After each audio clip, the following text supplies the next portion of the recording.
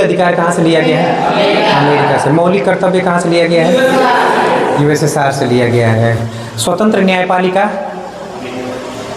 America से लिया गया है। न्यायिक पुनर्विलोकन अमेरिका से लिया गया है।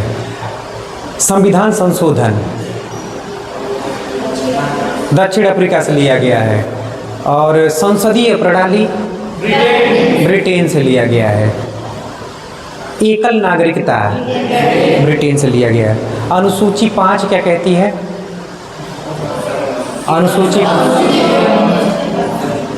अनुसूचित एवं जनजातीय क्षेत्र के प्रशासन एवं नियंत्रण। अनुसूची 6 क्या कहती है?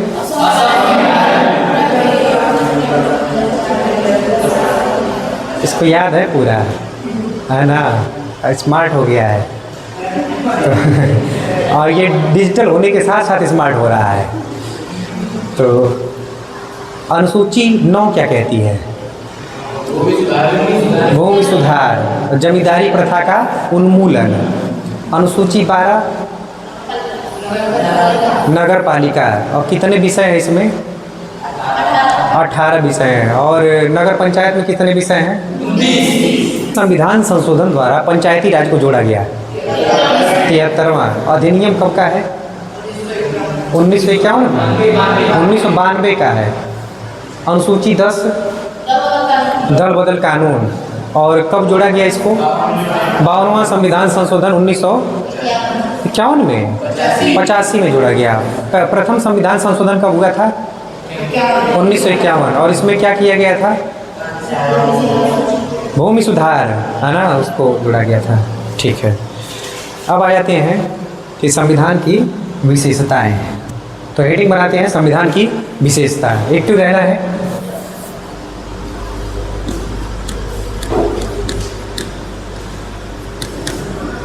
संविधान की विशेषताएं।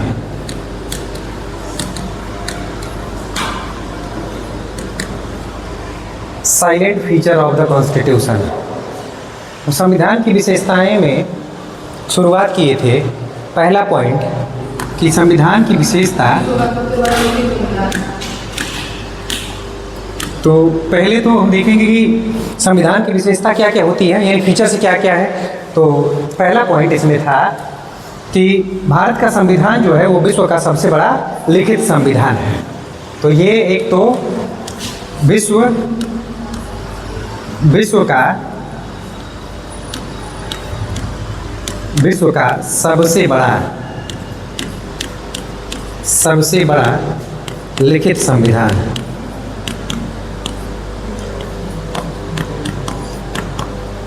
संविधान, तो संविधान की विशेषता में ये विश्व का सबसे बड़ा लिखित संविधान है। तो भारत का संविधान इतना बड़ा क्यों हो गया? बताए थे ना कल, क्यों बड़ा हो गया इतना? एक तो भारत का भौगोलिक क्षेत्र यानी कि बहुत बड़ा है, एरिया ही बहुत बड़ा है। दूसरा, यहाँ पे रहने वाले लोग विविध हैं, है ना, विविधता पाई जाती है भारत में। तो एक तो यहाँ पे विविधता।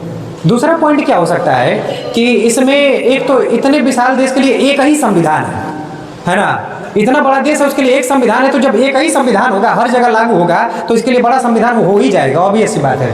तीसरा क्या हो सकता है कि इसको जो लिखने वाले थे वो विशेषज्ञ थे, है ना, वो कानून के ज्ञाता थे, ज्यादातर बैरिस्टर या वकील हुआ करते थे। तो इस वजह से भारत का संविधान विश्व का सबसे बड़ा संविधान बना। दूसरा पॉइंट, नम्यता एवं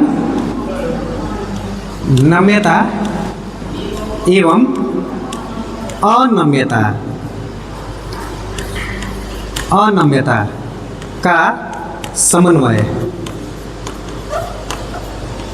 समन्वय, यानी इसमें फ्लेक्सिबिलिटी भी है और रिजिडिटी भी है, दोनों का मिक्सचर है। नम्यता मतलब नरम भी है और अनम्यता मतलब कठोर भी है, दोनों का मिक्सचर है। तो भारत का संविधान ये नम्य क्यों है और अनम्य क्यों है? क्योंकि भारत के संविधान की कुछ व्यवस्था को हम आसानी से चेंज कर पाएंगे। तो जो चेंज कर पाएंगे तो नम्य हो गया, और जिसको हम चेंज नहीं कर पा रहे हैं तो अनम्य हो गया। तो कुछ व्यवस्थाएं ऐसी हैं, जैसे मान लेते हैं कि नागरिकता से संबंधित कोई कानून बनाना हो तो केवल संसद जो है इसको चेंज कर सकती है साधारण बहुमत से। बहुमत क्या है इसको बाद में देखेंगे। और अगर मान लेते हैं कि राष्ट्रपति का निर्वाचन जैसे होता है उसमें कुछ चेंज करना हो, सुप्रीम कोर्ट और हाई कोर्ट में उनके अधिकार को बढ़ाना हो, तो इसको अगर कुछ चेंज करना पड़ेगा तो उसमें संसद भी इन्वॉल्व होगी, संसद भी, और कम से कम जितने राज्य हैं उसमें से आधे राज्य यानी कि 28 राज्य है तो 14 राज्य की सहमति चाहिए। तो ये मिलना मुश्किल हो जाता है। इसलिए भारत का संविधान नम्य भी है और अनम्य भी है, दोनों का समन्वय मिक्सचर है। तीसरा पॉइंट, तीसरा क्या है? सशक्त, याद ही नहीं हुआ है। सशक्त केंद्र के साथ संघीय व्यवस्था, सशक्त केंद्र के साथ संघीय व्यवस्था। भारत में कौन मजबूत है, कौन सी सरकार मजबूत है, केंद्र सरकार या राज्य सरकार? तो केंद्र सरकार मजबूत है। और जब केंद्र सरकार मजबूत है तो किसको सशक्त कहेंगे? केंद्र सरकार को। जैसे यूपीएससी यानी जितने आईएएस अधिकारी होते हैं उनकी नियुक्ति या उनका सिलेक्शन कौन करता है? केंद्र सरकार करती है। तो सिलेक्शन उनका केंद्र सरकार करती है और केंद्र सरकार वो भेज देती है कहाँ पे? राज्यों में। जब राष्ट्रपति शासन लागू होता है तो राज्य का अधिकार छीन के किसके पास चला जाता है? केंद्र सरकार के पास, यानी कि राष्ट्रपति के पास। अच्छा, राज्यपाल की नियुक्ति कौन करेगा? राष्ट्रपति। इसका मतलब है कि केंद्र सरकार मजबूत होती है, राज्य सरकार थोड़ी कमजोर होती है। तो सशक्त केंद्र के साथ कौन सी व्यवस्था है? संघीय व्यवस्था। संघ का मतलब है कि केंद्र सरकार भी रहेगा और राज्य सरकार भी। तीसरा पॉइंट। चौथा संसदीय प्रणाली। संसदीय प्रणाली एकदम रट जाना है, एक भी छोड़ना नहीं है। संसदीय प्रणाली, क्योंकि भारत एक लोकतांत्रिक देश है और लोकतंत्र दो तरीके का होता है, एक संसदीय प्रणाली वाला यानी संसदीय शासन और एक अध्यक्षात्मक शासन। अच्छा, अध्यक्षात्मक शासन में राष्ट्रपति हेड होता है और इसमें जो है वास्तविक हेड जो होता है वो कौन? प्रधानमंत्री होता है। तो संसदीय प्रणाली, भारत में संसद है और संसद के कितने अंग? 3 अंग। एक तो लोकसभा, दूसरा राज्यसभा और तीसरा प्रेसिडेंट यानी राष्ट्रपति। तो संसदीय प्रणाली लिया गया है भारत में। चौथा, पांचवा एकीकृत न्यायपालिका। एकीकृत न्यायपालिका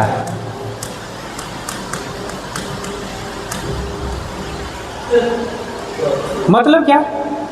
एकीकृत का मतलब क्या? कि ये आपस में जुड़ी हुई हैं, यानी इंटीग्रेटेड जुडिशरी सिस्टम है हमारे यहाँ। यानी न्यायपालिका कुछ इस तरीके की आपस में जुड़ी हुई है। सबसे नीचे सबऑर्डिनेट कोर्ट जिसे हम अधीनस्थ न्यायालय कहते हैं, उसके ऊपर हाई कोर्ट और उसके ऊपर supreme court. Supreme court, high court और ये जिसे लोअर कोर्ट भी कह देंगे, है ना, अधीनस्थ न्यायालय। अगर किसी को न्याय यहाँ पे नहीं मिला तो कहाँ जाएगा? हाई कोर्ट में। और यहाँ पर भी न्याय न्याय नहीं मिला तो कहाँ अपील करेगा? सुप्रीम कोर्ट में। तो हाई कोर्ट से ये सुप्रीम कोर्ट, तो इस तरीके से इंटीग्रेटेड है, आपस में जुड़ी हुई है। अब सुप्रीम कोर्ट जो आदेश देगी ना, वो इन दोनों न्यायपालिका को क्या करना पड़ेगा? मानना पड़ेगा। ऐसा नहीं है कि सुप्रीम कोर्ट का आदेश ये इनकार कर दे। तो इंटीग्रेटेड है, आपस में जुड़ी हुई है। छठवां फीचर, एकहरी नागरिकता। याद है कि नहीं? याद नहीं है क्या? एकहरी नागरिकता।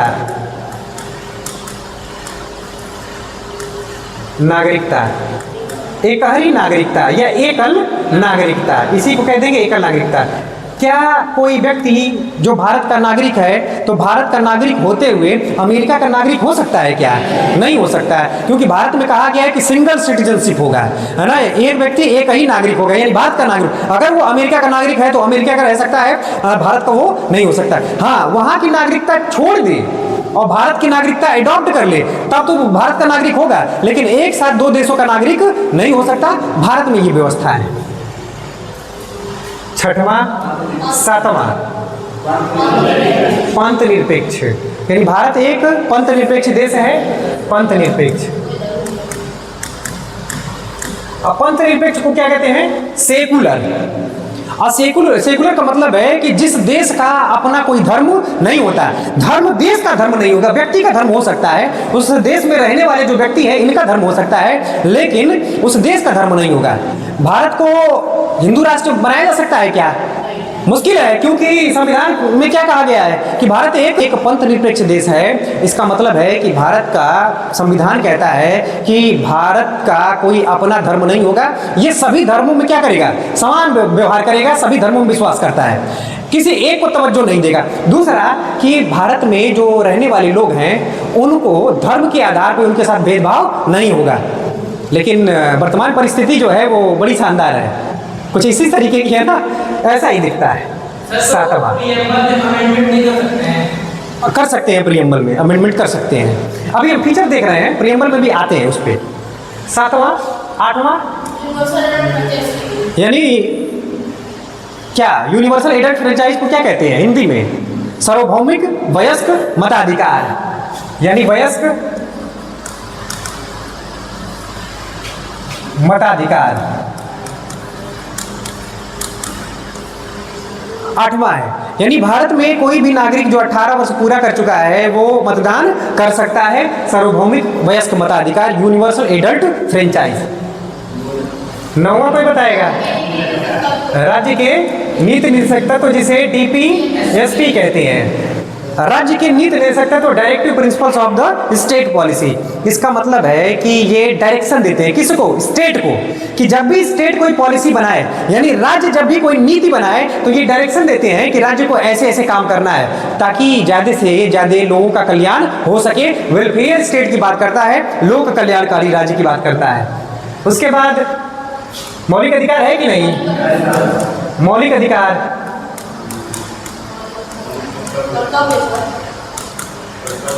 मौलिक अधिकार भी है। व्यक्ति को अपने भौतिक और नैतिक, भौतिक का मतलब है कि उसके पास ऐसी गाड़ी बंगला ये सब चीज़ें हो जाए, है ना, फिजिकल क्वांटिटी उसके पास जा दिया जाए। और नैतिक का मतलब है कि समाज में उसकी मान मर्यादा प्रतिष्ठा क्या हो जाए, बढ़ जाए। तो भौतिक और नैतिक विकास के लिए मूल अधिकार भी जरूरी है। तो ये भी क्या है, संविधान की एक विशेषता। मौलिक कर्तव्य है, मौलिक कर्तव्य, मौलिक कर्तव्य, अधिकार तो दिए गए हैं, साथ ही साथ हमें कर्तव्य भी दिए गए हैं कि आपको आपके कुछ कर्तव्य होंगे, जैसे देश की रक्षा करना, देश की संपत्ति की रक्षा करना, झंडे का सम्मान करना। तो ये क्या है, तो कहीं ना कहीं ये हमारे कर्तव्य हैं और इस कर्तव्य के तहत हम बंधे हुए हैं। तो हमारे पास अधिकार तो है, साथ ही साथ क्या है, कर्तव्य भी है। क्या और भी कुछ हो सकता है क्या?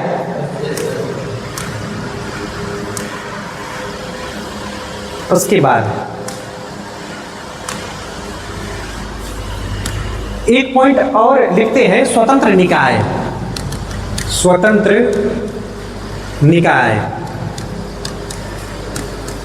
निकाय, इंडिपेंडेंट बॉडी, यानी ये ऐसे इंस्टीट्यूशन की बात हो रही है, ऐसी संस्थाओं की बात हो रही है जो स्वतंत्र होकर काम करते हैं। जैसे चुनाव आयोग किसी के अंडर में काम करता है क्या? नहीं, स्वतंत्र है। यूपीएससी स्वतंत्र है। तो ऐसे ही जैसे चुनाव आयोग है, ये स्वतंत्र निकाय है और संवैधानिक संस्था है। तो चुनाव आयोग स्वतंत्र निकाय है, मतलब ये इंडिपेंडेंट बॉडी है, किसी के अंडर में काम नहीं करते हैं, स्वतंत्र होकर काम करते हैं, निष्पक्ष ये चुनाव कराते हैं इस तरीके से। और भी कुछ हो सकता है क्या? और कुछ हो सकता है इसमें? स्वतंत्र निकाय हो गया, DPSP हो गई, और त्रिस्तरीय सरकार, त्रिस्तरीय सरकार, त्रिस्तरीय सरकार।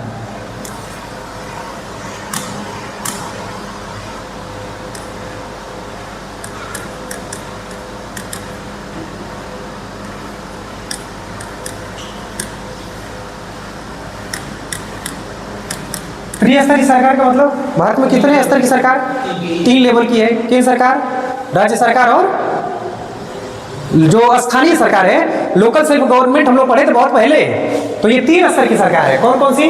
केंद्र सरकार यानी सेंट्रल गवर्नमेंट, राज्य सरकार यानी स्टेट गवर्नमेंट, और लोकल गवर्नमेंट, है ना, जो लोकल लेवल पे काम करती है। तो केंद्र सरकार है, राज्य सरकार है और स्थानीय सरकार है। ये 3 स्तर की सरकार है। और भी कुछ इसकी विशेषता हो सकती है क्या? और भी कुछ हो सकता है? मूल अधिकार हो गया, ये सारी बातें, पंथ निरपेक्ष हो गया। तो ये क्या है कि यही संविधान की मूल विशेषता है। अब एक बार फाइनल टच देते इसको। हाँ, हाँ, लोकतंत्र भी बिल्कुल हो सकता है, संसदीय प्रणाली भी देख ली। एकल नागरिकता हो चुका है ना, एकल नागरिकता हो चुका है। बस इसको एक बार रिवाइज करते हैं। तो एक बार बोलना है कि संविधान की विशेषता में देखा जाए तो विश्व का सबसे बड़ा लिखित संविधान भारत देश का संविधान है, ये एक विशेषता है। दूसरा क्या है? नम्यता एवं अनम्यता का समन्वय है। तीसरा क्या है? सशक्त केंद्र के साथ संघीय व्यवस्था, केंद्र सरकार मजबूत है, राज्य सरकार उसकी तुलना में थोड़ी कमजोर है। चौथा क्या है? संसदीय प्रणाली है, भारत में पार्लियामेंट्री सिस्टम है, संसद है, संसद के कितने अंग? 3 अंग। पांचवा, एकीकृत न्यायपालिका, भारत की तीनों न्यायपालिकाएं क्या है? आपस में जुड़ी हुई हैं, एकीकृत हैं। छठवां, एकहरी नागरिकता, एकल नागरिकता, क्या एक साथ भारत का कोई व्यक्ति दो देश का नागरिक हो सकता है? नहीं, एक देश का नागरिक होगा। सातवां, पंथ निरपेक्ष। पंथ निरपेक्ष का मतलब क्या है? हाँ, कि उस देश का कोई अपना धर्म नहीं होगा, राज्य का अपना धर्म नहीं होगा, और सभी धर्मों का सम्मान करेगा, और साथ ही साथ प्रत्येक व्यक्ति जो होगा वो स्वतंत्र होगा कि किसी धर्म को वो मान सकता है, और यहाँ तक कि राज्य जो धर्म के आधार पर उसके साथ भेदभाव नहीं करेगी। ये भी। आठवां, वयस्क मताधिकार। वयस्क मताधिकार का मतलब है कि भारत का कोई भी नागरिक जो 18 वर्ष का हो चुका है उसे देने का अधिकार है। उसके बाद अगला फीचर डीपीएसपी। भारत के संविधान में राज्य के नीति निर्देशक तत्व हैं, कुछ डायरेक्शन दिए गए हैं राज्य को कि वो इसी का वो पालन करे और लोक कल्याणकारी राज्य बनाए, सबका कल्याण करे, तो उसी को कहा जाता है राज्य के नीति निर्देशक तत्व। फिर उसके बाद देखा जाए तो मौलिक अधिकार, यानी संविधान में मौलिक अधिकार भी रखे गए हैं कि व्यक्ति के अधिकार होंगे कुछ, मौलिक कर्तव्य, तो अधिकार रखा तो गया है लेकिन कर्तव्य भी होंगे, है ना। स्वतंत्र निकाय, स्वतंत्र निकाय का मतलब है कि यहाँ पे जो संस्थाएं होगी स्वतंत्र होंगी, सरकार के या न्यायपालिका के किसी के अंडर में वो काम नहीं करेंगे, विधायिका के अंडर में काम नहीं करेंगे, स्वतंत्र होकर काम करेंगे। त्रिस्तरीय सरकार, त्रिस्तरीय सरकार का मतलब है कि भारत में सरकार 3 स्तर की है, केंद्र सरकार, राज्य सरकार और स्थानीय सरकार जो लोकल गवर्नमेंट है, ये 3 स्तर की सरकार है। तो ये हुआ, अब हटा देना इसको, हो गया है ना।